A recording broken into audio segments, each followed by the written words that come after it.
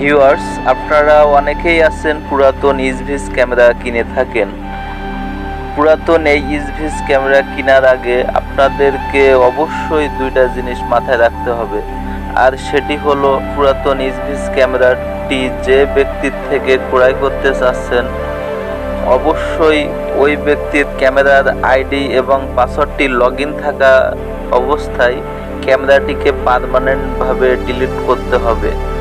ক্যামেরার আইডিটি পার্মানেন্টভাবে ডিলিট যদি না করেন তাহলে কিন্তু আপনি ক্যামেরাটিকে নতুন করে কনফিগার করতে পারবেন না। কিভাবে ডিলিট করবেন অ্যাকাউন্টটা পার্মানেন্টভাবে আমি আজকে আপনাদেরকে দেখাবো। তো প্রথমে আমাদের মোবাইল স্ক্রিনে যেতে হবে। মোবাইল স্ক্রিনে আসার পরে ezviz ক্যামেরার যে অ্যাপসটা রয়েছে অ্যাপসটাতে প্রবেশ করব। তো অ্যাপসটাতে প্রবেশ করার সাথে সাথে ezviz ক্যামেরার ভিউটা কিন্তু চলে আসছে।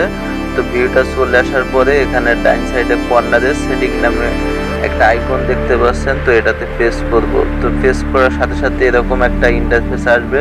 তো আমরা স্ক্রল করে নিচের দিকে চলে যাব। তো একবারে লাস্টে ডিলেট ডিভাইস নামে একটা অপশন পাবো। তো ডিলেট ডিভাইসে যেয়ে এখান থেকে ডিলেট ভিডিও ক্লিপসে একটা টিক মার্ক দিয়ে ওকে দিয়ে দেব। তো ওকে দেওয়ার সাথে সাথেই কিন্তু আমাদের ক্যামেরার আইডিটা অ্যাকাউন্ট থেকে পার্মানেন্টভাবে ডিলিট হয়ে গেছে। আশা করি ভিডিওটি আপনাদের ভালো লেগেছে। তো ভিডিওটি ভালো লেগে থাকলে চ্যানেলটিকে অবশ্যই সাবস্ক্রাইব করে পাশে থাকার অনুরোধ রইল। ধন্যবাদ সবাইকে।